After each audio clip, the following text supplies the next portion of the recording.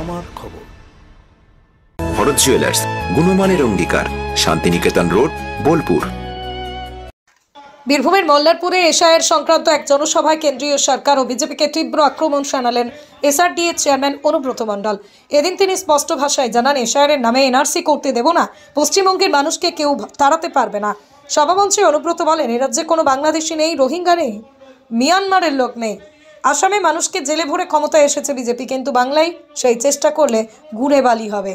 মুখ্যমন্ত্রী মমতা বন্দ্যোপাধ্যায় ও সেনাপতি অভিষেক বন্দ্যোপাধ্যায় আছেন, এখানেও সব চলবে না। বিজেপিকে আক্রমণ করে তিনি আরো বলেন, এনআরসি করে মুখ্যমন্ত্রীকে জব্দ করবে? তোমরা মূর্খের স্বর্গে বাস করছো। বামফ্রন্টকে তাড়াতে পেরেছি, লড়াই করতে ভয় পাই না। এসআইআর বা অন্য কোনো নাম করে এনআরসি করতে দেব না। অনুব্রত দাবি করেন, কারণ নাগরিকত্ব নিয়ে ভয় পাওয়ার প্রয়োজন নেই, কেউ জেলে যাবে না, সবাই পশ্চিমবঙ্গের মাটিতেই থাকবে। 1952 সালে ভোটার লিস্টে আমার দাদুর নাম ছিল, আমার বাবার নাম ছিল। তুমি আমাকে তাড়াবে? তুমি কে, হরিদাস পাল? এই ভাষায় বিজেপিকে কটাক্ষ করেন তিনি। সবাই তিনি মমতা বন্দ্যোপাধ্যায় সরকারকে বিভিন্ন প্রকল্পের কথাও উল্লেখ করেন। মুখ্যমন্ত্রী সাধারণ মানুষের জন্য 96টা প্রকল্প দিয়েছেন, মানুষ তার পাশে আছে। 2026 সালের বিধানসভা নির্বাচন নিয়েও মন্তব্য করেন অনুব্রত মণ্ডল। মমতা ব্যানার্জি 230 থেকে 235টা আসন নিয়ে আবার মুখ্যমন্ত্রী হবেন। মানুষ সব দেখছে, সব মনে রাখছে।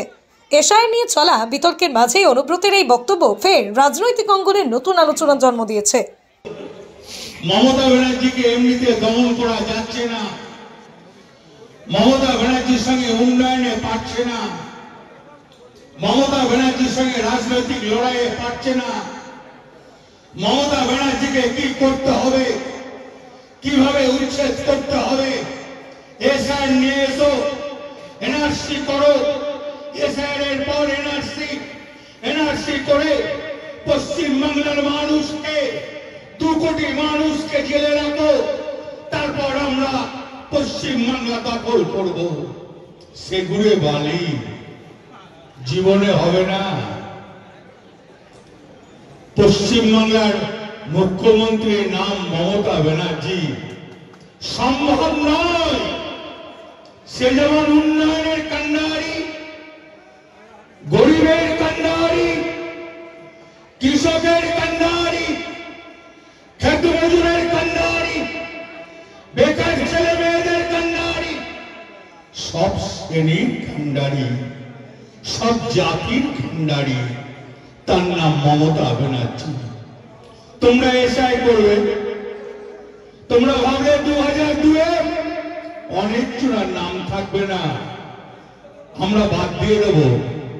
এখানে কেউ মায়ানমারের লোক আছে, এখানে কেউ রোহিঙ্গা আছে, এখানে কেউ বাংলাদেশি আছে, তুমি কি করে বাদ দেবে?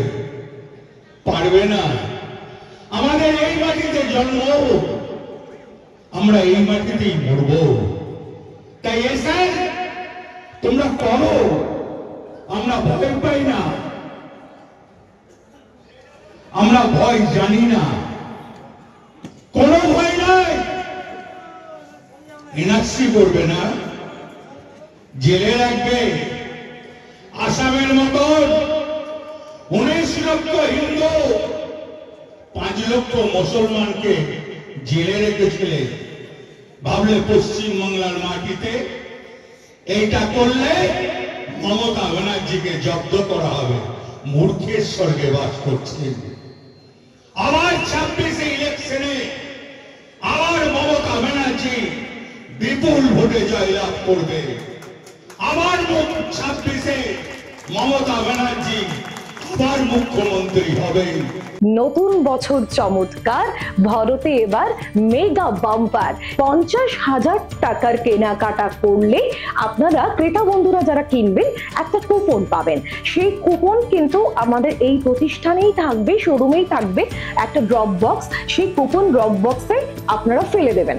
এরপর খেলা হবে আমাদের 11ই জানুয়ারি 2026-এ। প্রথম পুরস্কার থাকছে ব্যালেনো সিগমা এবং সেকেন্ড প্রাইজ রয়েছে হিরো গ্ল্যামার এক্স এবং থার্ড প্রাইজে রয়েছে হিরো প্লেজার। এছাড়াও থাকছে আইফোন, মাইক্রোওভেন, ফ্রিজ।